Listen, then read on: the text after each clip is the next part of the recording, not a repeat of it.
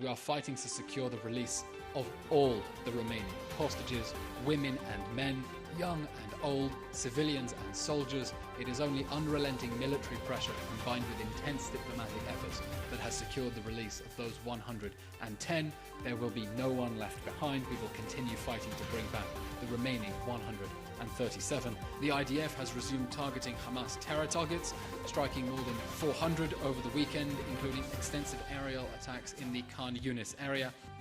It's framing it in the same way it was framing it before the ceasefire took place. Israel says it has 3 clear aims: to bring back all the captives, to destroy Hamas politically and militarily, and make sure Gaza is never used to attack Israel again. Now, there's a PR element to all of this as well. Israel is now much more focused on showing what these targets are. In Shujaiya, they've released pictures of Hamas fighters it claims to be members of the Shujaiya battalion, and then said to them, you guys are going to die, we are going to attack you. That's been a very clear message. And then you have this idea of safe zones. Now, this idea of safe zones within Gaza, they've issued this map, they've divided it all up in safe zones. They've said, when we attack those safe zones, we'll give you warning so the civilians can leave. But where are they going to go? That's the other big question.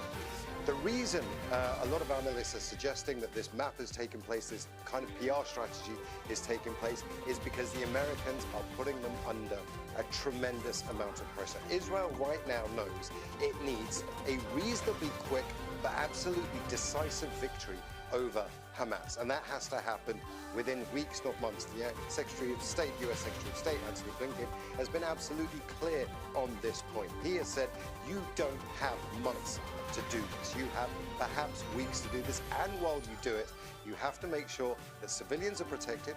Hence, this idea of safe zones is a clear message to the Americans that the Israelis are trying on the ground. It doesn't really mean anything, as we've seen, but also this idea that we're trying to get humanitarian aid in. 55 trucks entering a day. From one checkpoint, in the Rafah checkpoint, for example, you used to get 700 trucks a day. That was only from one. 55 isn't even a drop in the ocean.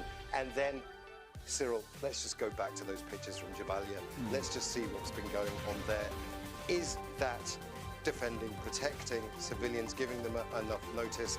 You know, 700 people within 24 hours have died, have lost their lives, as you've just pointed out.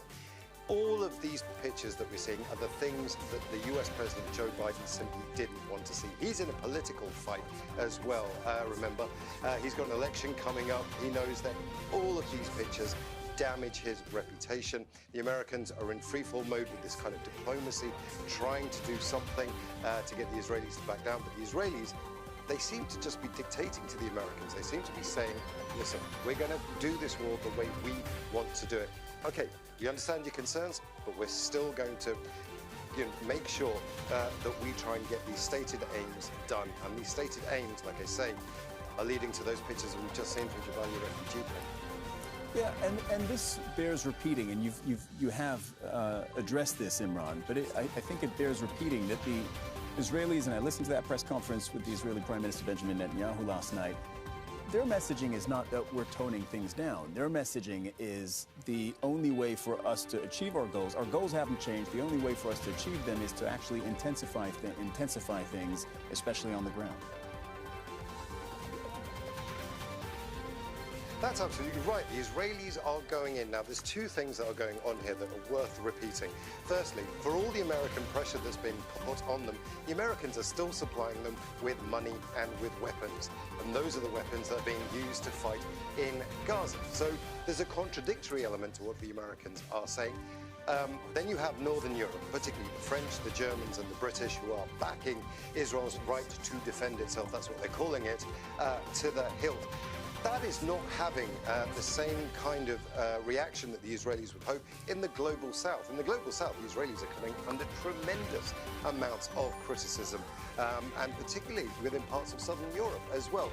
So the Israelis are sticking to their guns because they know if they listen to the Americans, if they listen to the global south, it's not going to make a huge amount of difference domestically. They're under a tremendous amount of domestic pressure. There's still a lot of sympathy for the Israelis and this war that they're conducting in Gaza at home. tone. People are still very angry about the events of October 7th when 1,200 people were killed.